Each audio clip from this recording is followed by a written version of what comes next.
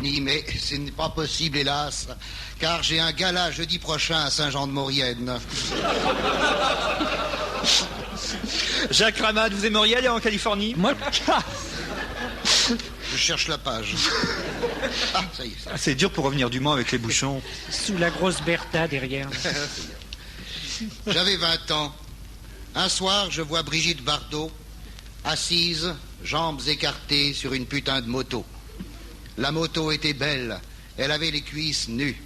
Je me suis dit, bon Dieu, faudra que je monte dessus. Je parle naturellement de la Harley Davidson, dont le chic s'empara de toute ma personne, au point que le lendemain, je chantais sans complexe « Je n'ai besoin de personne sur mon vélo Solex ». Au contraire de Brigitte, je ne fis pas un tabac. J'avais les cuisses nues, mais nul ne s'en soucia. En outre, ma myopie m'ôtait tout avantage de pouvoir m'éclater dans l'équipée sauvage. Bien sûr, pour faire viril et épater les meufs, j'avais un casque à pointe, des bottes en cuir de bœuf, 4 chaînes de vélo sur mon torse velu. Hélas, sur mon Solex, j'avais l'air un peu cul. Ô rage, ô désespoir, ô vieillesse ennemie. Oui, là, ça commence par du Corneille, mais après, c'est pas mieux.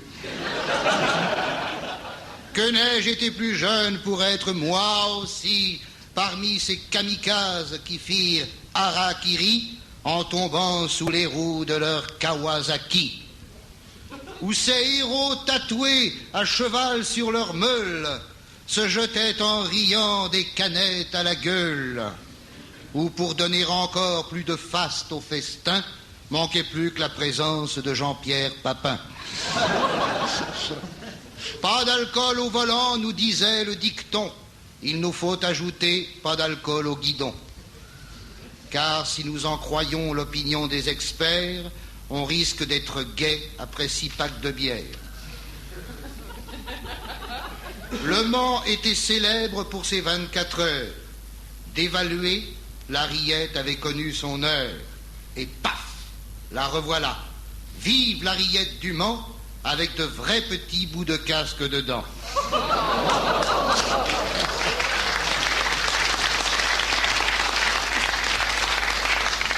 Les médias hypocrites s'étonnent, les micros pleurent. Comment peut-on se tuer à 230 à l'heure?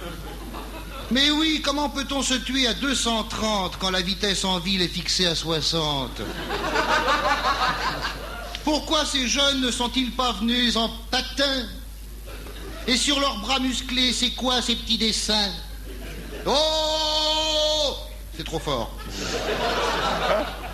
Oh, rodéo d'enfer, debout sur leur moto, la déesse Cronenbourg et le dieu Canterbro se disputaient fougueux le symbole du vainqueur, un pins qui représentait un décapsuleur. Vous me direz c'est idiot, vous me direz c'est futile, mais savez-vous ce que c'est que d'être un imbécile? C'est tout faire pour rester opiniâtrement con. Toutes les radios locales vous le confirmeront.